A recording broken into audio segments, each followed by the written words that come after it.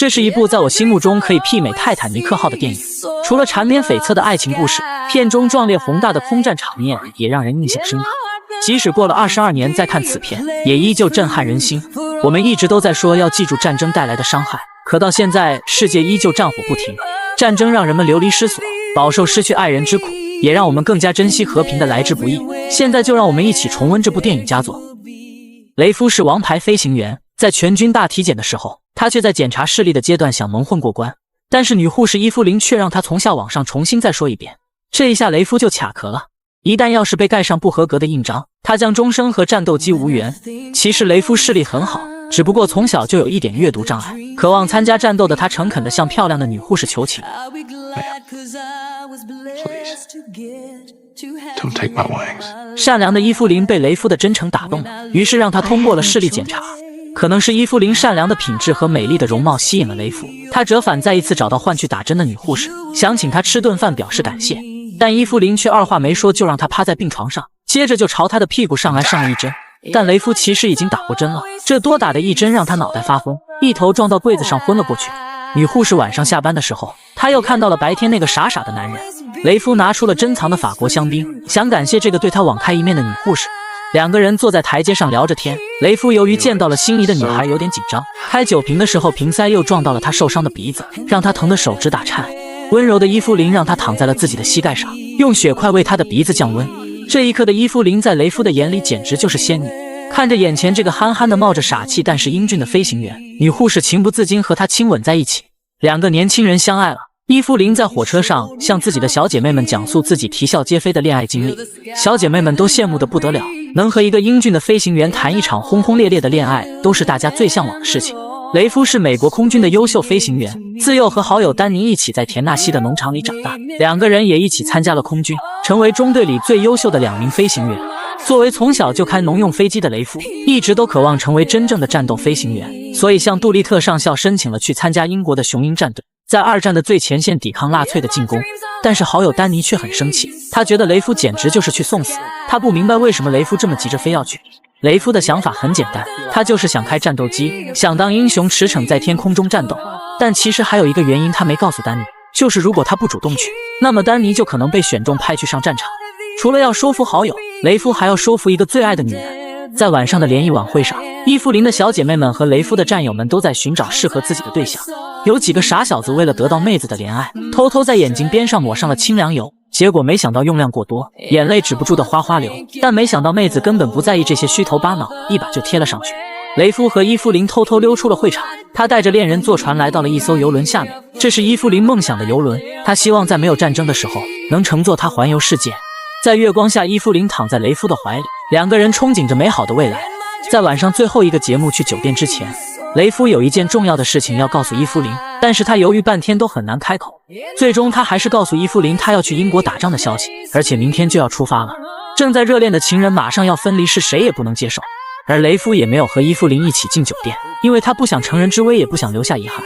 他让伊芙琳明天不用去送他，因为他不想弄得太伤感。两个人就在酒店的大门两边做了最后的道别，也就是这一别，两个人的命运也在这乱世中发生了巨大的变化。第二天，丹尼送雷夫来到火车站，两个好友相拥道别。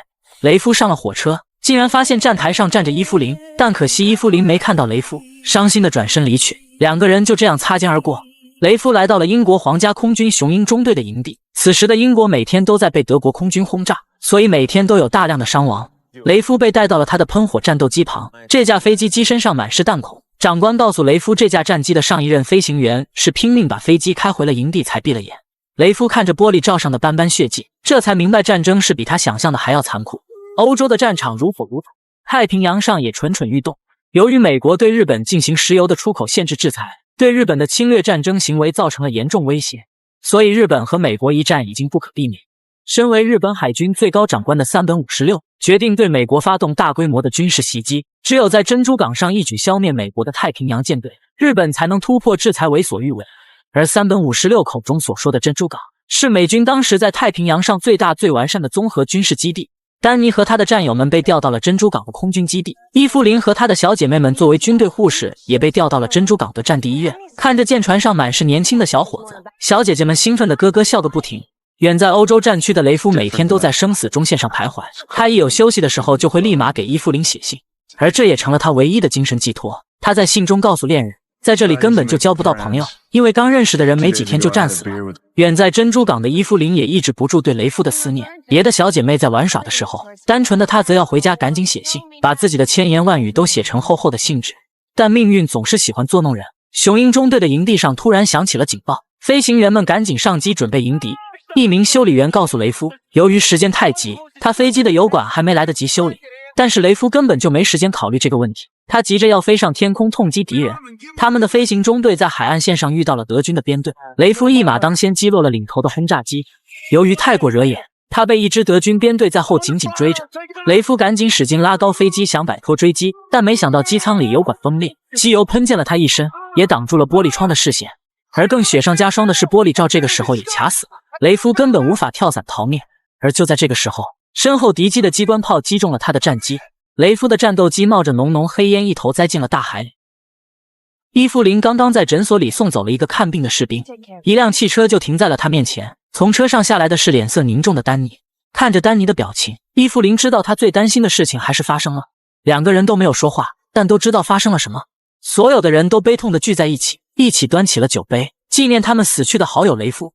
虽然已经过去了一段时间，但是伊芙琳还是每天沉溺在悲痛中，终日以泪洗面。几个月过去了，在电影院的门口，丹尼正好碰到了也独自一人看电影的伊芙琳。有段时间没见面的两个人于是决定一起坐坐。两个人的话题又是不自觉地聊起雷夫。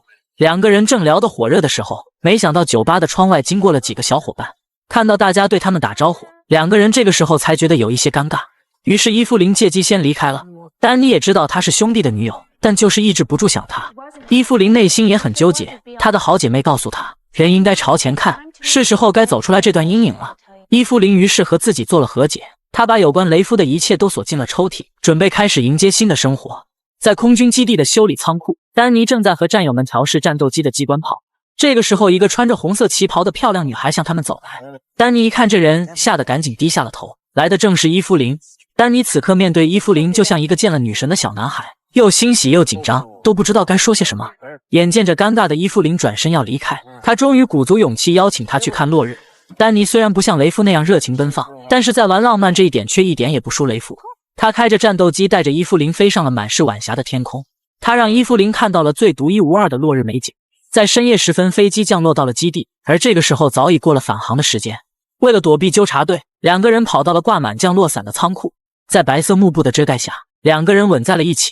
但是丹尼这个时候还有些顾虑，伊芙琳拉着他的吊牌靠近了自己，两个人就这样相爱了。丹尼不再顾及任何的流言蜚语，他只想和伊芙琳好好的经营未来。但是个人的幸福怎么能抵挡得住时代的汹涌浪潮？美国海军情报局突然发现日本海军整整6个航母失踪了，他们派出侦察机搜索了整个太平洋，也没发现其踪迹。他们殊不知满载武器装备的日本舰队正赶往珍珠港，而在珍珠港上，日本的秘密间谍偷拍了大量的美海军基地的照片传回了日本。珍珠港里所有的军舰部署都被日本人尽数掌握。在1941年12月5日这一天，珍珠港上的一家日本人开的牙医店接到了陌生的电话，打听珍珠港里驻扎航母的情况，甚至问到了士兵人数。这一重要情报被美军截获发现了，但是向海军上级汇报的时候却没人放在心上。美国人不知道的是，这一通电话就是珍珠港偷袭事件的信号弹。到了晚上，一个穿着军官服的男人来到了伊芙琳的医院的窗户前，看着窗户里的美人。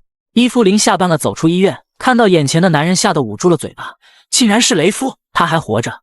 原来雷夫的战斗机在进了海里后，他拼命推开了玻璃罩游出海面，被一艘路过的法国渔船救了上来。由于法国当时是敌战区，所以这么长时间雷夫一直不能给伊芙琳写信。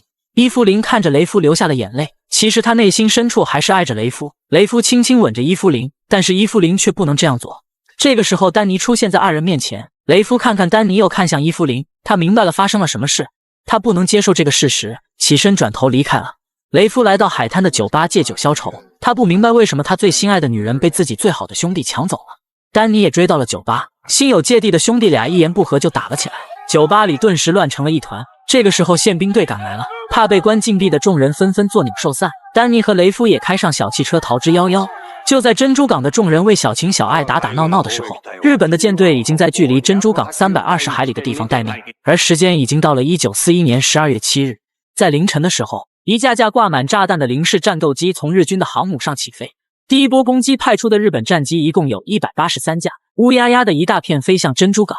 美军的雷达站侦测到一大片阴影向他们靠近，赶紧向上级汇报。但是肥头大耳的上级长官以为是美国自己的 B-17轰炸机，让下级不要紧张。这直接让日军的战斗机群畅通无阻地飞到美军领空。在早上7点多钟的时候，战斗机群飞到了珍珠港所在的瓦湖岛。2个露营的小男孩眼睁睁地看着一大群战斗机飞过眼前。而此时的珍珠港的船坞里，舰船上的士兵们才刚刚醒来。当清扫甲板的士兵听到天空的引擎声时，才发现日本的战斗机已经布满了天空。一架零式战斗机投下了一枚装有木旗的鱼雷，这种日本人改进过的鱼雷可以在浅水区重创美军的军舰。一声爆炸犹如一声惊雷，惊醒了珍珠港里沉睡的美国人。但这个时候已经晚了，零式战斗机在军港上狂轰乱炸，其中一架战斗机投下了一枚1760磅带有螺旋桨的炸弹。这颗炸弹直接击穿了美军亚利桑那号战列舰的多层甲板，直接落到了军舰的弹药库里。紧接着一声巨响，亚利桑那号从中部炸开。而这仅仅只是开始，短短数分钟之内，奥克拉荷马号、加利福尼亚号、西维吉尼亚号、犹他号等战舰也被日军击沉。大量的士兵为了活命纷纷跳入海里，可日军连他们也不放过，用机关炮不断来回扫射美国落水的士兵。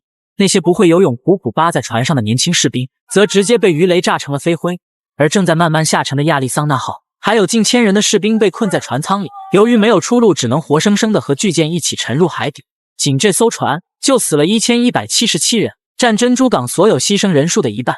战争永远是残酷的，日军的战斗机并没有因此停下攻击，他们轰炸完军港和所有的军舰后，开始无差别的攻击陆地上的建筑，包括医院、工厂和机场。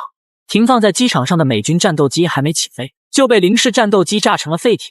这个时候，丹尼和雷夫开车赶到了备用机场，一群人躲在掩体后面躲避日军战机的攻击。但奇怪的是，他们发现日本战机并没有攻击他们，而是直接飞走了。雷夫猜测还会有第2波的敌机到来，在这之前他们需要坐上战斗机迎战。而这个时候，日军的轰炸机赶到了，一发炮弹直接炸毁了飞机仓库。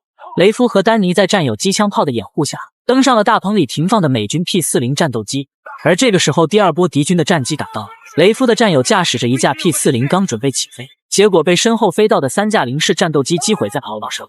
现在只剩丹尼和雷夫的战斗机了，2个人在敌军的追赶下快速起飞，敌人在身后不断的射击。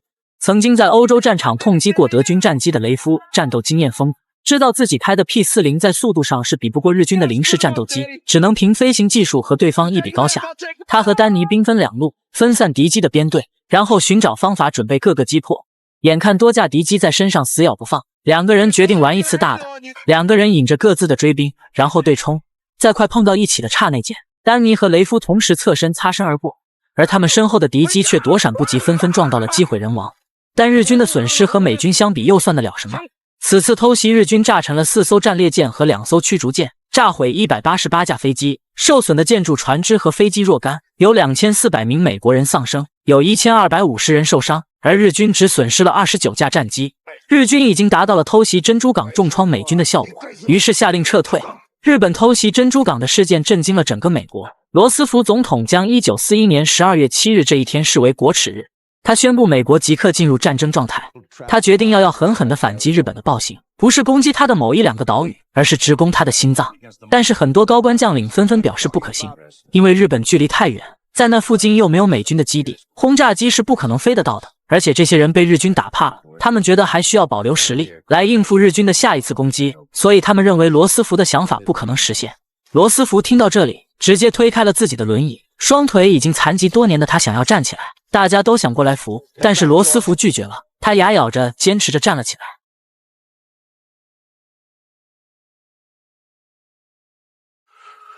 Do not tell me it can't be done.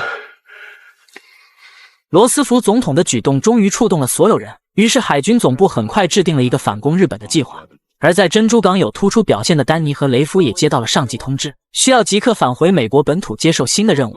在出发前，伊芙琳专程来找雷夫，雷夫不清楚伊芙琳为什么会选择和丹尼在一起，伊芙琳告诉了他答案，原来他已经怀上了丹尼的孩子，但是丹尼还不知道这件事。伊芙琳告诉雷夫，他永远都是他生命中的最爱，但是为了孩子，他最终选择了丹尼。看得出来，伊芙琳是一个单纯重情的好女孩。而雷夫听到这里也释然了。雷夫和丹尼重新回到了杜立特上校的麾下。原来上级决定由杜立特上校带领一支轰炸机编队乘坐航母飞到日本进行反攻。在出发之前，杜立特上校教所有人说了一句中国话。原来美军的 B-25轰炸机的油箱只够飞到日本，无法返程的他们，所以只能在中国境内降落。轰炸机编队低空飞行，一路飞到了日本上空。他们投下了一枚枚炸弹，炸毁了日本的兵工厂和基地。而这个时候，日本军队也反应了过来，连忙架起高射炮朝美军中队射击。由于遭到了猛烈的炮火袭击，轰炸机编队只能拔高飞行高度，也不知道飞了多久。轰炸机编队由于油箱耗空，只能被迫降落在陆地上。而悲催的是，他们降落的地方正好是日军的占领区。于是已经降落的雷夫等人和围拢过来的日军展开了激烈的枪战。就在这时，一架轰炸机飞了过来，机关炮扫射替雷夫等人解了围，但是这架轰炸机却一头砸到了地面上。雷夫认出这正是丹尼驾驶的飞机，赶紧带人过去抢救。可等他刚找到丹尼，就被一枪托砸倒，一群日本兵包围了他们。眼看丹尼被一群日本鬼子绑到了木棍上，雷夫在地上摸到一把枪，啪啪几枪解决掉了几个日本兵。但没想到，当他把枪指向另外几名日本兵的时候，子弹却用完了。眼看雷夫就要命丧枪下，千钧一发之际，丹尼赶紧上前替雷夫挡住了所有子弹。而一旁的小伙伴纷纷雄起，起身干掉了自己身边的日本兵。雷夫扑倒丹尼身旁，此时的丹尼已经快不行了。雷夫流着眼泪告诉他不能死，因为他快要当爸爸了。丹尼很开心，这也许对他来说是人生结束之前最好的消息。他最后死在了雷夫的怀里。雷夫抱着丹尼的尸体悲痛不已，这个从小一起长大的朋友就这样死在了自己的眼前。几个月后，雷夫等人被中国人送回了美国。伊芙琳看到飞机上下来的雷夫，露出了开心的笑容。但是当他看到雷夫扶着一具棺椁下来，他的表情变了。他明白丹尼牺牲了。伊芙琳再一次尝到痛失爱人的痛苦滋味，而这一次是真的永远离开了他。从此次长途奔袭后，美国一转颓势，全面加入到二战和日本对抗到底，最终取得了全面胜利。而雷夫带着伊芙琳和丹尼的儿子回到了田纳西的老家，在战后过上了安静平凡的生活。他们见证了珍珠港事件对世界的巨大影响，以及个人命运的变迁。战争使得友谊被考验，爱情被考验，甚至是人性被考验。但在毁灭与痛苦的背后，也看到了人类的坚韧和团结。战争带给人类的伤痛也许永远都无法抚平，但是唯独爱才能让我们勇敢携手前行。